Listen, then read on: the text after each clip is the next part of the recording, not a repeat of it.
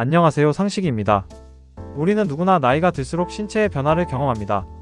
예전엔 밤을 새워도 멀쩡하던 몸이 어느 순간 쉽게 지치고 자고 일어나도 개운하지 않으며 작은 스트레스에도 몸이 더 민감하게 반응합니다.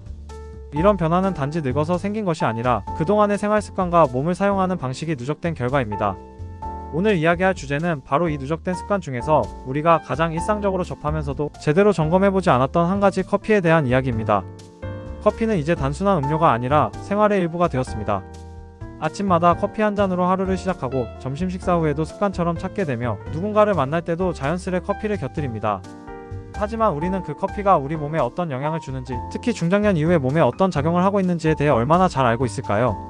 특히 50대 이후의 몸은 이전과는 다른 방식으로 움직입니다. 체력은 예전 같지 않고 장기의 기능도 서서히 약해지며 회복 능력은 현저히 떨어집니다.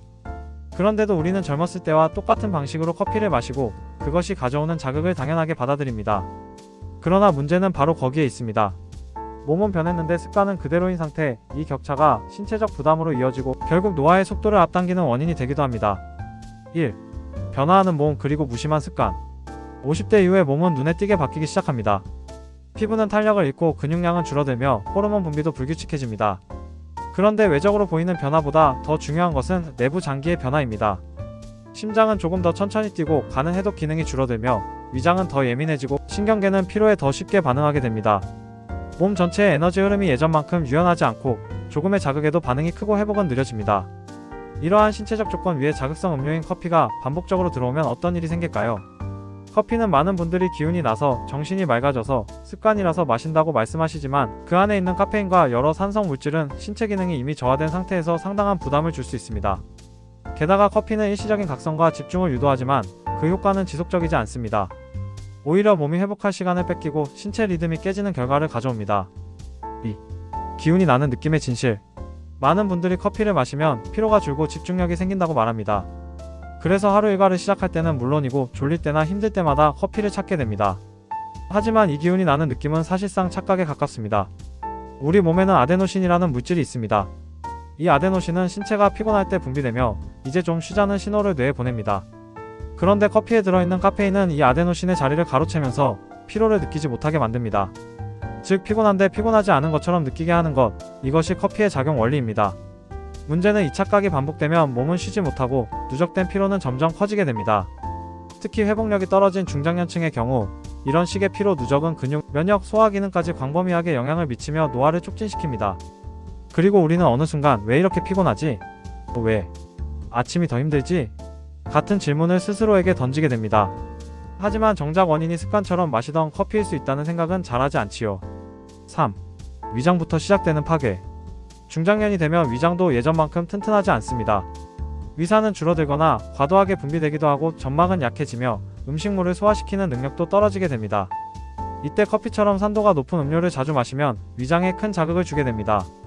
특히 공복에 커피를 마시면 위 점막은 아무런 방어막 없이 강한 산성 자극에 노출됩니다. 이로 인해 속쓰림, 더부룩함, 트림, 복부 팽만감 등이 나타나는 것은 당연한 결과입니다.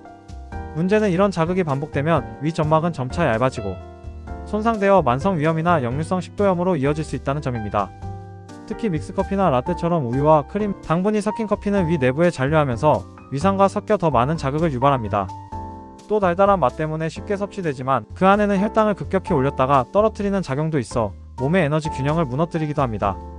이 모든 것이 반복되면 결국 위장은 회복력을 잃고 소화장애는 일상이 되고 식습관 자체에까지 악영향을 끼치게 됩니다.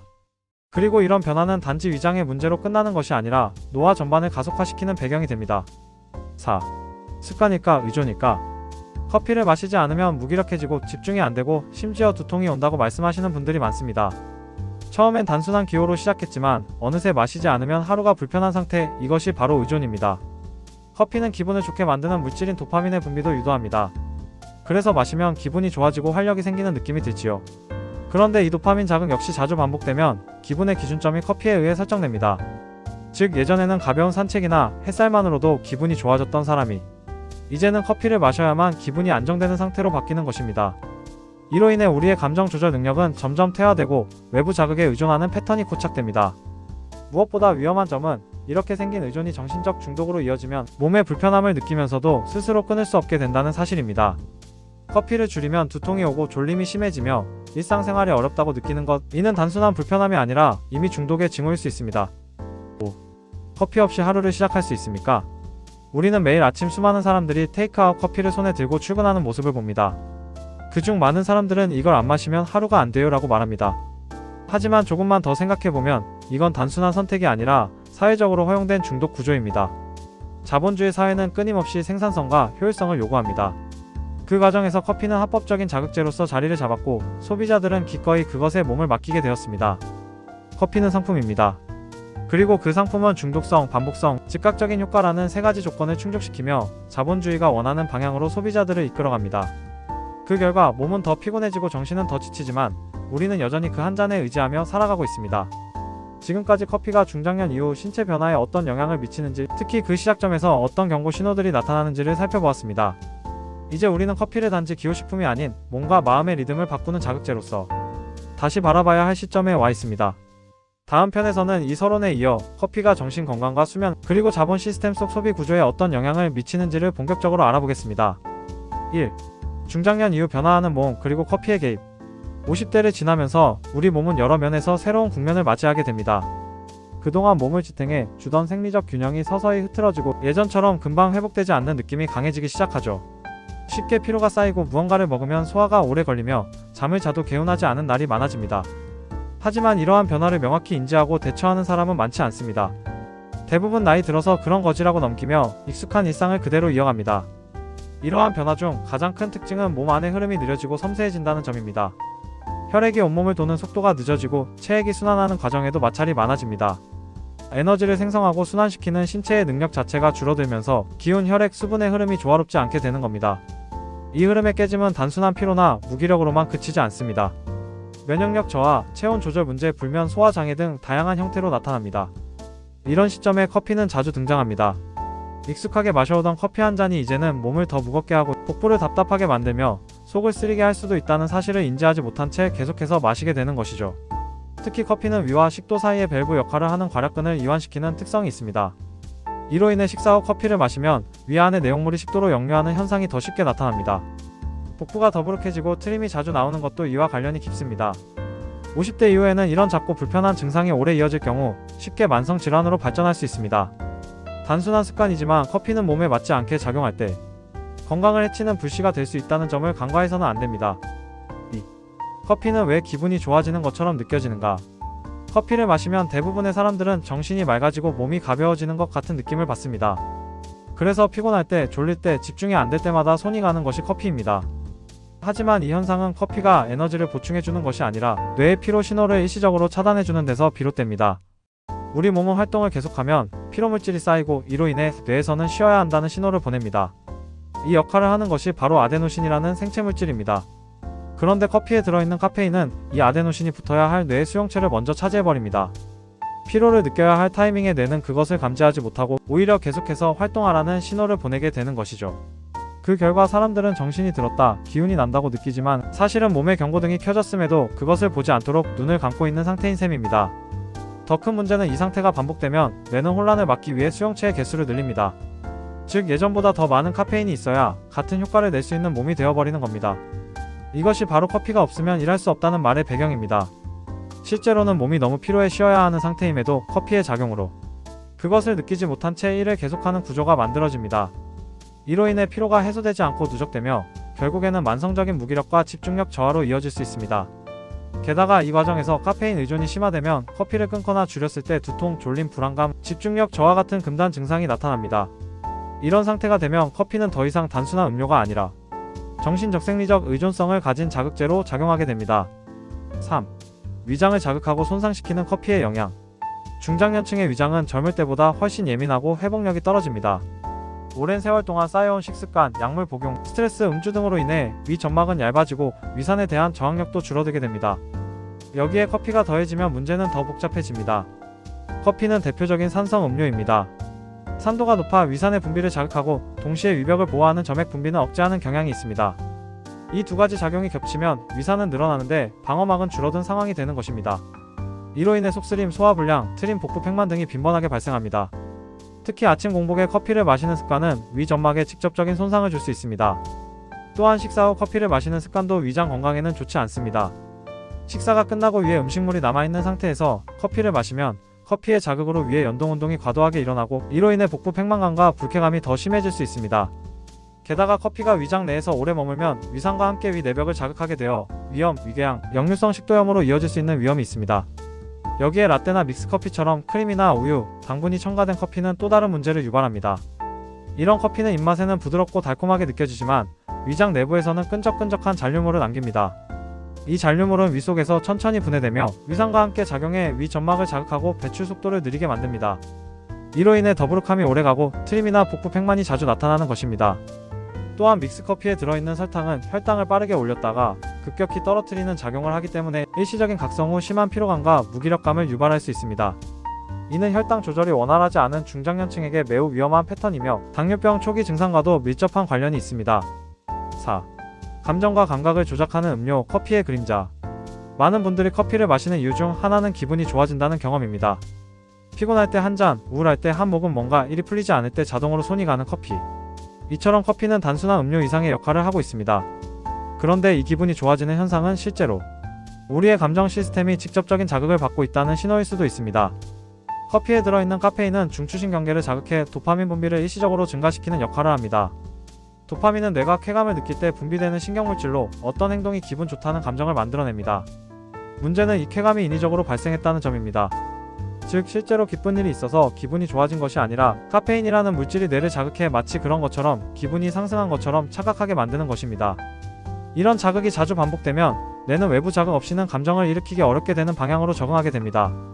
그 결과 커피 없이 일상적인 즐거움을 느끼는 능력이 점차 약해집니다.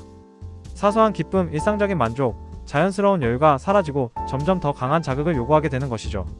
이것이 정신적 의존의 첫 번째 단계입니다. 또 하나의 중요한 변화는 우리의 감각기관이 점차 과민화되는 경향입니다. 커피는 단지 뇌만을 자극하는 것이 아니라 신체 전반의 감각을 깨우는 작용도 합니다. 심장이 빨리 뛰고 눈이 또렷해지며 반응 속도도 일시적으로 향상됩니다. 그런데 이런 상태가 반복되면 우리의 감각기관은 일상적인 자극에는 무뎌지고 강한 자극에는 과도하게 반응하는 패턴을 보이게 됩니다. 그 결과 평범한 날씨나 잔잔한 음악, 조용한 대화 같은 느리고 부드러운 자극에서는 만족을 느끼기 어려워지고 오히려 과도한 소음이나 자극적인 콘텐츠에 더 쉽게 끌리는 신경구조가 형성됩니다. 이처럼 커피는 우리 몸의 감정과 감각 체계 전반을 서서히 바꿔놓을 수 있는 습관이 됩니다. 5. 수면의 틀을 흐트러뜨리는 카페인의 지연작용. 중장년층의 수면은 그 자체로 민감합니다. 나이가 들수록 잠이 얕아지고 자주 깨며 숙면을 유지하기가 어려워집니다. 그런데 많은 분들이 이런 수면 문제를 겪으면서도 정작 낮에 마신 커피가 밤의 수면에 어떤 영향을 미치는지는 잘 모르는 경우가 많습니다. 커피를 마신 직후엔 몸이 깨어나고 집중력이 올라가는 것처럼 느껴지지만 카페인이 체내에 머무는 시간은 결코 짧지 않습니다. 대부분의 성인에게 카페인의 반감기는 약 5시간에서 7시간입니다. 즉 오후 3시에 마신 커피 한 잔은 밤 10시가 되어도 절반 정도는 여전히 뇌를 자극하고 있다는 의미입니다. 이러한 자극은 수면의 질을 결정짓는 깊은 수면 단계, 즉 비렘 수면을 방해하게 됩니다. 잠을 자더라도 깊은 회복 단계로 진입하지 못하면 아침에 일어났을 때 개운하지 않다는 느낌이 강해지고 낮 동안 쉽게 피로감을 느끼게 됩니다. 결국 다시 커피를 마시게 되는 패턴으로 이어지며 신체는 회복 기회를 점점 놓치게 됩니다. 수면이 방해되면 생리적 리듬 전체가 무너집니다. 몸은 밤에 재생되도록 설계되어 있는데 얕은 잠이 반복되면 세포 복원, 호르몬 분비, 면역 기능 등이 모두 영향을 받게 됩니다. 특히 중장년층 이후에는 이러한 기능이 자연스럽게 줄어드는 시기이기 때문에 수면의 질은 노화와 직결되는 중요한 요소입니다. 따라서 낮 동안 커피로 억지로 깨어있는 것은 결국 밤의 회복을 희생하면서 하루를 버티는 방식에 지나지 않습니다. 일시적인 각성이 반복되면서 장기적인 피로가 누적되고 건강의 기초 체력이 점점 약해지는 것입니다. 6. 중독과 소비의 틀에 갇힌 커피 왜 끊기 어려운가? 이제 우리는 커피가 단순한 기호식품이 아니라는 사실을 알게 되었습니다. 그것은 몸의 피로 회복을 방해하고 감정과 감각을 자극하며 수면을 흐트러뜨리는 복합적인 자극제입니다. 그런데도 많은 사람들이 매일 커피를 마십니다. 심지어 건강에 안 좋다는 걸 알고 있으면서도 멈추기 어렵다고 느끼죠. 왜일까요? 이 질문에 답하기 위해서는 커피가 놓인 소비 환경을 살펴볼 필요가 있습니다. 오늘날 커피는 단순한 음료가 아니라 광범위한 산업 구조 속에 자리 잡은 하나의 문화 상품입니다. 카페, 광고, 패키지 디자인, 메뉴의 다양성, 모바일 주문 시스템 등 우리는 어디서든 어떤 상황에서도 커피를 쉽게 접할 수 있습니다. 그리고 이 접근성은 습관화된 소비를 반복하게 만드는 구조로 이어집니다. 아침에 자동처럼 커피를 들고 출근하고 점심 식사 후 커피를 주문하며 저녁에도 야근이나 모임을 위해 커피를 선택하게 됩니다. 커피 한 잔을 소비한다는 것은 사실상 여러 겹의 자극, 습관, 사회적 이미지, 감정 위로가 함께 엮인 소비 행위입니다. 이처럼 커피는 단순히 마시는 것이 아니라 삶의 리듬과 감정의 흐름, 소비 습관까지 포괄적으로 작동하는 상품이기 때문에 끊기 어렵습니다. 특히 중장년층의 경우 커피를 통해 긴장과 피로를 잠시라도 누그러뜨리고 심리적 위로를 받는 경우가 많기 때문에 더욱 그렇습니다. 하지만 이 모든 것이 반복되면 결국 몸은 점점 자극에 길들여지고 회복에는 무뎌지게 됩니다. 피로를 해결하지 못한 채 자극만으로 밀어붙이는 일상은 결국 몸의 경고를 무시하는 방향으로 나아가고 어느 순간 더 이상 버티기 힘든 지점에 도달하게 됩니다. 지금까지 우리는 커피가 우리 몸에 어떤 영향을 주는지를 여러 측면에서 살펴보았습니다. 처음엔 단순히 피로를 풀고 집중력을 높이는 도구처럼 보이지만 그 이면을 들여다보면 커피는 신체와 정신의 리듬을 어지럽히는 자극적 물질일 수 있습니다. 특히 체력의 회복력이 떨어지는 중장년층 이후의 시기에는 그 자극이 축적된 부담으로 되돌아오는 경우가 많습니다. 커피는 마치 일상 속 활력소처럼 소비되지만 실제로는 피로를 덮어두는 방식으로 작용합니다. 즉 몸이 쉬라고 보내는 신호를 무시하게 만들고 정신적으로는 잠시 들뜨게 하지만 이후 더 큰 피로와 무기력을 남깁니다.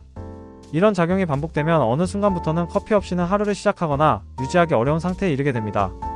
이것이 바로 커피가 가진 감각적 중독성과 생리적 왜곡 작용입니다. 특히 위장이 약해지고 수면이 얕아지는 시기에는 커피로 인한 자극이 더 민감하게 다가옵니다. 밤늦게까지 잔류하는 카페인은 수면의 깊이를 방해하고 위산 분비를 촉진해 속쓰림이나 소화 불량을 반복적으로 유발할 수 있습니다. 이처럼 커피는 단순한 음료가 아니라 회복의 리듬을 방해하는 생활의 변수로 작용할 수 있다는 점을 놓쳐서는 안 됩니다. 중요한 건 무조건 커피를 끊으라는 이야기가 아니라 지금의 섭취 습관이 나에게 정말 도움이 되는지를 스스로 판단해야 한다는 점입니다. 만약 하루를 버티기 위해 커피를 찾는 것이 습관이 되었다면 이제는 그것을 의존이 아닌 선택의 문제로 되돌릴 때입니다. 몸에 맞는 대체 음료를 찾고 무의식적인 소비를 줄이며 커피 없이도 에너지를 유지할 수 있는 생활 방식을 정립해 나가는 것. 그것이 결국 건강한 노화를 위한 시작점이 될 수 있습니다. 지금까지 상식이었습니다.